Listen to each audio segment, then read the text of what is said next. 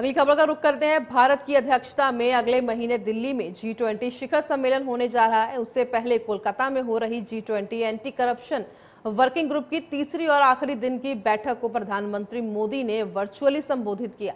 प्रधानमंत्री मोदी ने कहा है कि भारत में भ्रष्टाचार के खिलाफ जीरो टॉलरेंस की सख्त नीति है। भ्रष्टाचार का सबसे बड़ा प्रभाव गरीबों पर पड़ता है, इसलिए भ्रष्टाचार से लड़ना हमारी जिम्मेदारी है। इसी मुद्दे पर केंद्रीय मंत्री डॉक्टर जितेंद्र सिंह से इंडिया न्यूज के एग्जीक्यूटिव एडिटर राकेश सिंह ने खास बातचीत की है। आपको सुनाते हैं उन्होंने क्या कुछ कहा।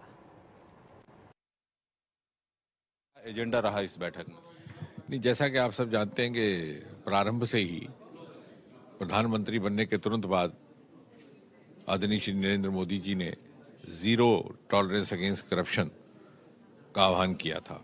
और अगर आप पिछले 9-10 वर्ष देखें तो he has walk the talk.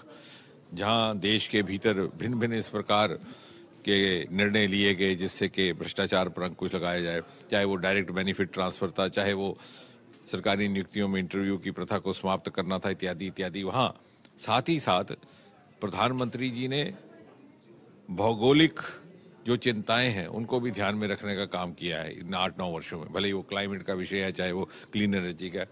और भ्रष्टाचार की दृष्टि से यदि आप देखें तो जो उनकी पहली बैठक थी G20 की, जो उन्होंने संबोधित की थी, वहां उन्होंने ये विषय रखा था कि फ्यूजिटिव इकोनॉमिक ऑफेंडर्स, अर्थात वो लोग जो अपराध करते हैं, चोरी चकारी करते हैं और किसी दूसरे देश में जाकर के पनाह ले लेते हैं जहां पर के कानून भिन्न है, उन्हें लगता है कि ज्यादा महफूज हो, उसको कैसे रिकवर करना, उसको कैसे रोकना, इन सब विषयों को लेकर के उन्होंने अपनी चिंता व्यक्त की थी G20 के अपनी पहले संबोधन में। और उसके उपरांत जैसे कि प्रधानमंत्री जी की शैली है कि वो जो भी अभियान, जो भी कार्य शुरू करते हैं उसे मंजिल मखसूस तक पहुंचाते हैं।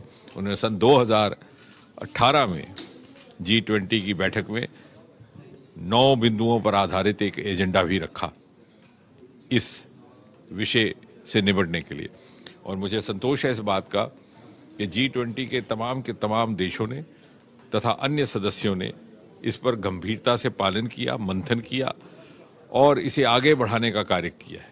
और आज की इस बैठक में उसी को हम अगले पड़ाव तक लेने का काम करने का प्रयास कर रहे हैं। इन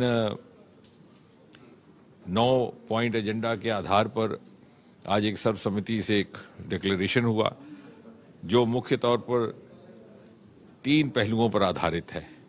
पहला कि किस तरह से अंतर्राष्ट्रीय सहयोग के द्वारा हम इस भ्रष्टाचार की जिस प्रकार की अंतर्राष्ट्रीय स्तर पर जो भ्रष्टाचार हो रहा है उसको कैसे रोक सकें, उस पर अंकुश लगा सके, उसके लिए किस प्रकार हम सूचनाओं का आदान प्रदान कर सके। इंफॉर्मेशन कम्युनिकेशन थ्रू टेक्नोलॉजी या इंफॉर्मेशन टेक्नोलॉजी कम्युनिकेशन जिसे कहते हैं, उसका भरपूर और पर्याप्त उपयोग कर सके। दूसरा कि किस प्रकार से एसेट रिकवरी मैकेनिज्म को सुदृढ़ किया जा सके। जैसे मैंने कहा कि एक जगह से पैसा लेकर के दूसरी जगह रखना, अपराधी ये सोच करके यहाँ शायद कानून के हाथ ना पहुँच पाएं क्योंकि उस देश का कानून कुछ भिन्न है, तो किस प्रकार एक समान एक हमारी व्यवस्था हो। और तीसरा कि जो हमारी पब्लिक बॉडीज़ हैं, जो हमारी अदारे हैं, जो हमारी संस्थाएँ हैं भिन्न भिन्न देशों में अलग अलग भ्रष्टाचार के विरुद्ध कार्रवाई करने वाले, वो किस प्रकार से आपस में एक समन्वय बनाए और किस प्रकार उनका सशक्तिकरण किया जा सके कि वो प्रभावी तौर पर भ्रष्टाचार की रोकथाम कर सके।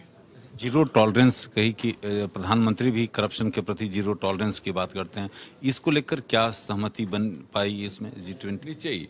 और बड़ी संतोषजनक बात है कि भिन्न भिन्न देशों के प्रतिनिधि भले ही कुछ और विषयों को लेकर के अपने अपने विचार हों, लेकिन इस विषय को लेकर सभी एक समान सहमत थे कि जो भारत की ओर से मोदी जी के नेतृत्व में ये जो विषय लिया गया है, ये निश्चय ही इसका सामना ज़्यादा या कम मात्रा में दूसरे देशों को भी करना पड़ रहा है। और जो नहीं अभी इससे 2-4 हुए, उन्हें लग रहा है कि हो सकता है कल भी वो इसका शिकार हो, इसलिए इसके खिलाफ एक संयुक्त कार्रवाई करने के लिए वो सब सहमत थे। और प्रधानमंत्री जी ने आज सत्र प्रारंभ होने के समय जो अपना भाषण दिया, वीडियो मैसेज, उसमें भी उन्होंने 2 महत्वपूर्ण एक्सप्रेशंस का इस्तेमाल किया। एक तो कहा जॉइंट फाइट और दूसरा कहा कलेक्टिव एफर्ट। और मुझे ये कहते हुए संतोष भी है और विश्वास भी है कि सभी देश इस जॉइंट फाइट और कलेक्टिव एफर्ट को मंत्र को आगे बढ़ाने के लिए प्रतिबद्ध है। धन्यवाद।